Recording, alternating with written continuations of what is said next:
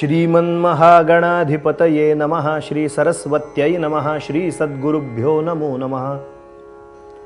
औदुंबरातळवटी नरसिंह योगी, कृष्णातटी परमशांती सुखास भोगी।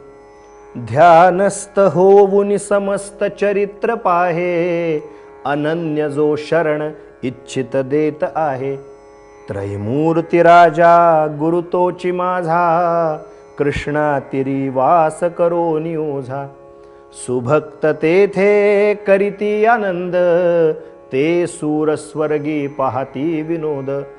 अवधूत चिंतन श्री गुरुदेव दत्त, श्रीपाद श्री वल्लभ श्रीमन नृसिंह सरस्वती स्वामी महाराज की जय। श्रीमद वासुदेवानंद सरस्वती स्वामी महाराज की जय।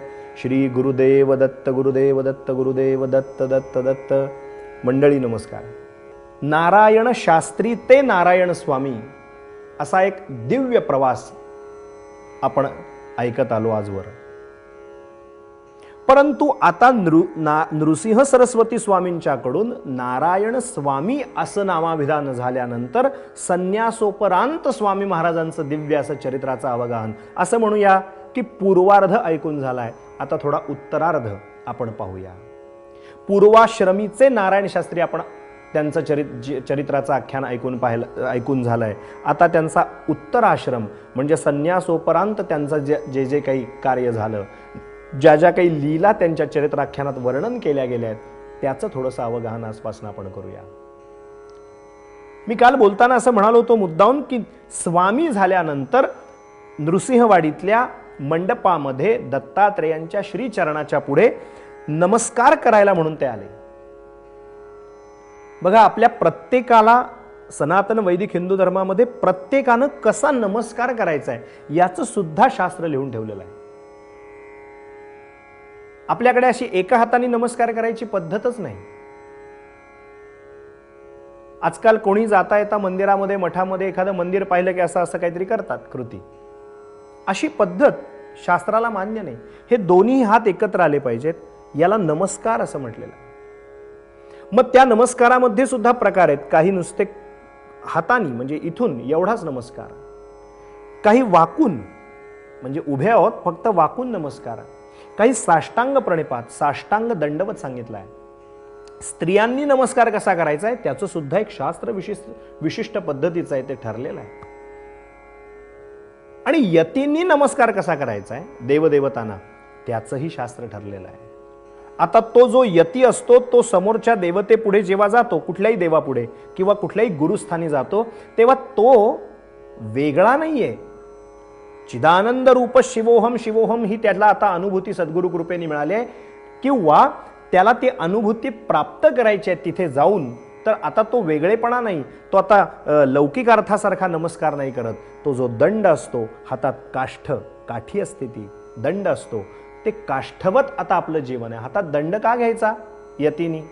कारण तो दंड फार सुंदर संकल्पना आहे। किती सुंदर संकल्पना आहे बघा। यतीच्या हातातला जो दंड असतो तो दंड उभा ठेवला आणि त्याच्यावरचा आपला अंकुश काढला, आपण त्याच्यावरती जो आपला ताबा आहे तो काढला, तर त्या काठीची, त्या दंडाची काही हरकत असते का कुठल्या दिशेला मी पडलं पाहिजे याबद्दल? आपण त्याच्यावरचा ताबा काढला की ती काठी जिथे पडायची तिथे पडते। ते काष्ठ वाळलेलं लाकूड कुठे पडायचं तिथं पडतं। जर एखादं वाळलेलं ते काष्ठ लाकूड स्वतःच त्याचं अस्तित्व काही ठेवत नाही, जिथे पडेल तिथे पडेल, किंवा जो हातात त्याचे दिग्दर्शन करतोय त्याने डावीकडे पाडलं तर ते काष्ठ डावीकडे, त्याने पुढे पाडलं तर पुढे, त्याने मागे पाडलं तर मागे, जसं तो ज्यानं ते काष्ठ हातात धरलंय तो ज्या पद्धतीनं वळवेल तसं ते काष्ठ करतं, स्वतःची बुद्धी वापरत नाही, कारण ते काष्ठ आहे, शुष्क काष्ठ आहे। तसं इथून पुढचं आपलं आयुष्य तो दंड हातात का घेतात संन्यासी? कारण त्यांना ती जाणीव राहावी की इथून पुढचं आयुष्य भगवत कृपेनं जसं असेल तसं। कोणी मान केला चालेल, कोणी अपमान केला चालेल, मान केला, मान दिला ती सुद्धा दत्तात्रेयांची किंवा आपल्या इष्टदेवतेची इच्छा, कोणी अपमानित केलं तर ती सुद्धा भगवंताची इच्छा। आता आपण हे शरीर म्हणजे शुष्क काष्ठ झालंय, हे दंड कोणाच्या हातात आहे? हातात अत्रिपुत्र दत्तात्रेयांच्या, नृसिंह सरस्वती स्वामींच्या हातात आहे। ते ज्या पद्धतीनं वागवतील तसं करायचं. तू बोलवीसी तैसी वाणी ही बोलत आहे, तू चालवीसी तैसा हा देह चालत आहे, माझे आता न काही सारे तुझेच आहे. हा जो भाव अंतःकरणातला आहे, हा भाव एक दंड फक्त शिकवतो. कमंडलू असतो, त्या कमंडलूमध्ये जल असतं, शांतता पाहिजे. कोणी कितीही डिवचलं, कोणी कितीही निंदा केली, कोणी किती टीका केली तरी चिडायचं नाही, रागवायचं नाही, कोणावर ओरडायचं नाही, कोणाशी छलकपट करायचा नाही. आता आपण संन्यासी आहोत. अरे हे सगळं पूर्वाश्रमात झालं. पूर्वाश्रमामध्ये म्हणजे संन्यासी होण्यापूर्वी एक वेळ गृहस्थी असताना जर हे झालं तर ठीक आहे, पण हा सगळा अभ्यास तयार झाल्यानंतर, एकदा यती झाल्यानंतर, यती शब्दाची व्याख्या पण फार गोड आहे. यतते ती यती, बरं का. जो यत्न करतो तो यती. कशाचा यत्न करतो? मी आता जीव अवस्था नसून मी आता परमेश्वर स्वरूप गाठणार. मी परमेश्वर स्वरूपच आहे. जीवावस्थेची जीवावस्था टाकून परमेश्वर प्राप्तीसाठी जो प्रामाणिक यत्न करतो, प्रयत्न करतो, यतते ती यती, तो यती खरा. आता असा हा एक दिव्य यती, दिव्य असणाऱ्या नृसिंह सरस्वतींच्या चरणापाशी वंदनाला आले होते. नमस्कार यती पद्धतीनं केला, दंड नमस्कार केला.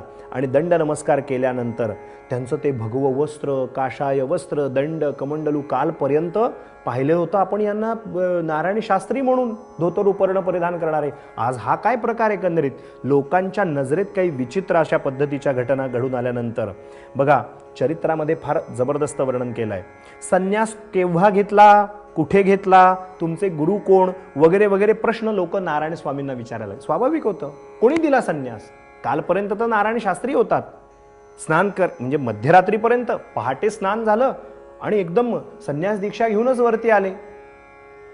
हा प्रकार काय तो लोकांना झेपेना, कळेना. वाडीतल्या लोकांना, तिथल्या भक्त मंडळींना, पुजारी मंडळींना, अन्य सर्व दत्त भक्तांना काही कळेना. वेगवेगळे तर्क, कुतर्क, वितर्क केले जाऊ लागले. खूप वेगवेगळ्या पद्धतीने त्यांना चौकशा सुरू केल्या. कोणी दिला संन्यास ते सांगा.